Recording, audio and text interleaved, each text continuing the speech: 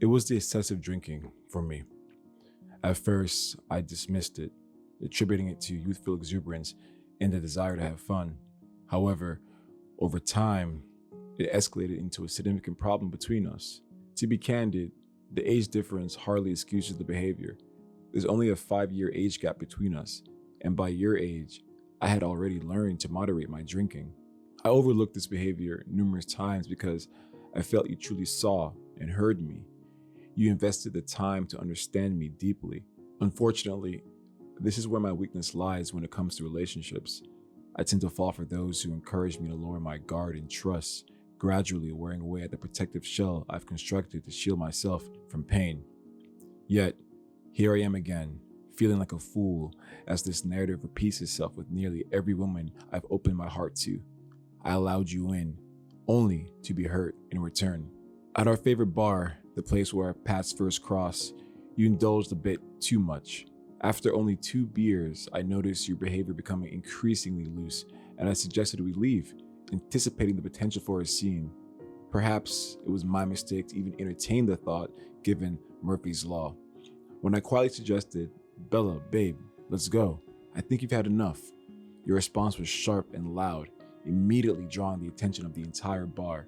"Don't tell me what to do. I'm an adult, and I can drink as much as I want," you retorted.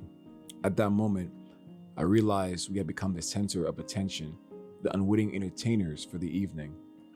Leaving you there vulnerable and intoxicated was not an option for me.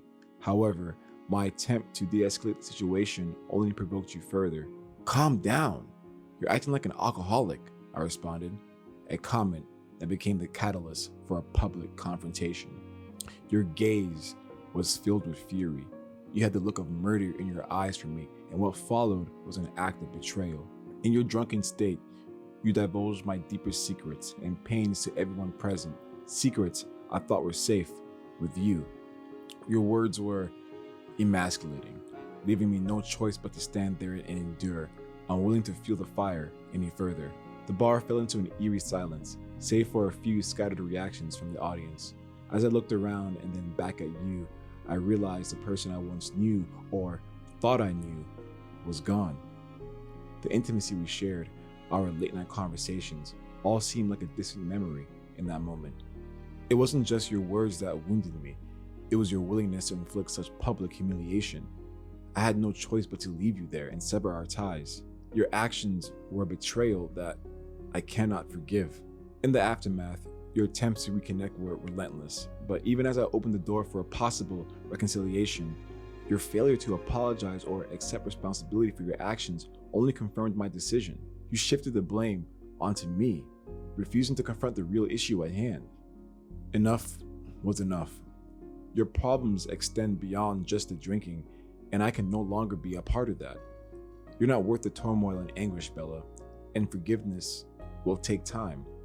You've hurt me in ways that words cannot fully express. I was a fool to let my guard down and trust you. Now, my defenses are stronger than ever, a hard-earned lesson in protecting my heart that I will not soon forget.